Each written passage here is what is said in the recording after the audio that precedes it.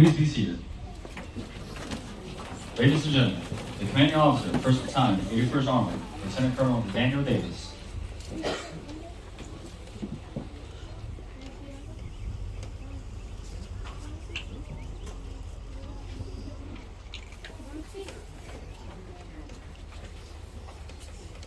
Good morning, ladies and gentlemen. I'm Lieutenant Colonel Nathaniel Davis, the commander of the 1st Battalion, 81st Armored Regiment. Thank you for attending today's graduation ceremony for Bulldog Company, 1st Battalion, 81st Armored Regiment.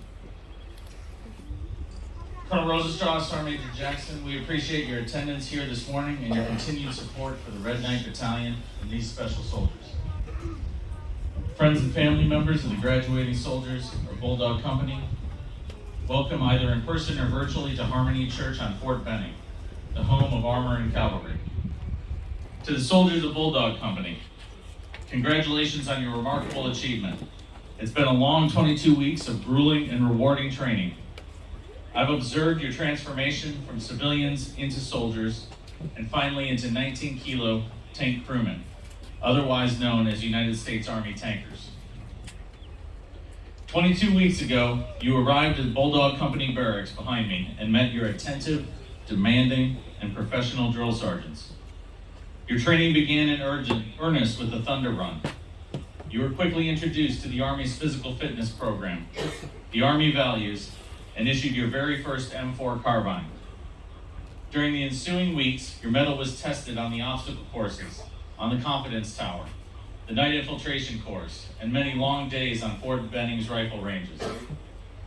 Later, you trained on your warrior tasks and learned how to work as a team during your field training exercises. After completing the basic combat training phases, you were then introduced to the M1 Abrams main battle tank, the most lethal and battle-tested tank in the world. It's an awesome machine, as we saw earlier. You spent the last 12 weeks in the motor pool, in simulators, on the tank gunnery range, and in the training areas, learning how to properly maintain, fuel, load, drive, shoot, and maneuver that magnificent instrument of war. You have accomplished much through your training, and you are now ready to become a valuable member of a tank crew in the operating force. I'm proud of everything that you have achieved and look forward to serving alongside you as you join the Army's ranks, dedicated to protecting and defending this great nation. In particular, I'm especially proud of the 6 soldiers who achieved the rigorous standards of the Excellence in Armor program, twice as many as our average class. Of course, we know these tankers would not be graduating today if it were not for the outstanding training, development, and mentorship that they have received over their time here. I would like to recognize the Bulldog Company command team, drill sergeants, tank commanders, and cadre for your hard work and dedication.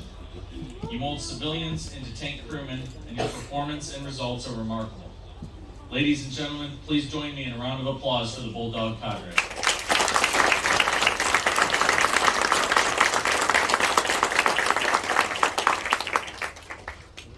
Tankers, I want you to invest in this moment on this field, where all American enlisted tankers pass, as you formally join the Armor Branch, the combat arm of decision. You are surrounded by symbols and artifacts of our nation, our profession, and our combat arm. You are flanked by our state flags and those of our territories with our national colors in front. These symbols of our great nation are guarded symbolically by armed vehicles of past battlefields. From the M4 Sherman, the workhorse of the armored divisions that helped win World War II, to the M1A1 Abrams main battle tank, which fought its way to Baghdad.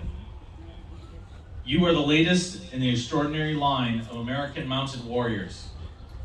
This is a line that extends from Lieutenant Colonel William Washington's 1st Continental Light Dragoons, who charged and completed the double envelopment of British forces at the Battle of Cowpens during the Revolutionary War, to Brigadier General John Buford's 1st Division of the United States Cavalry, who dismounted and held off Confederate infantry for hours during the first day of the Battle of Gettysburg, thereby saving the high ground for the Union. To the 1st United States tankers who trained for World War I under Captain Dwight D. Eisenhower at Camp Colt, located on that same battlefield at Gettysburg, and then shipped off to Europe to serve under Colonel George S. Patton in the 1st U.S. Provisional Tank Brigade.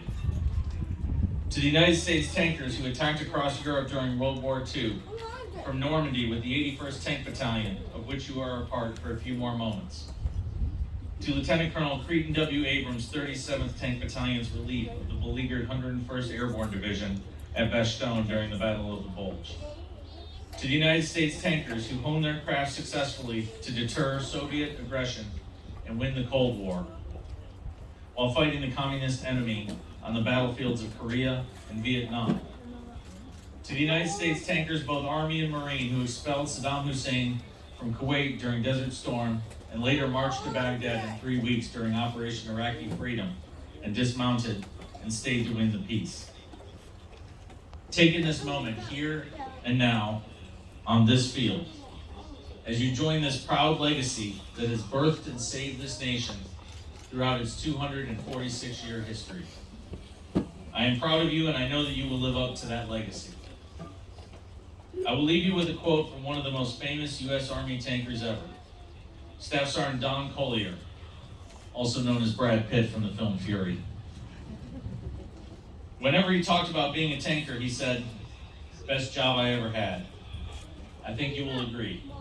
Congratulations again, United States tankers, Red Knights, battle hard, forge the Thunderbolt, one force, one fight.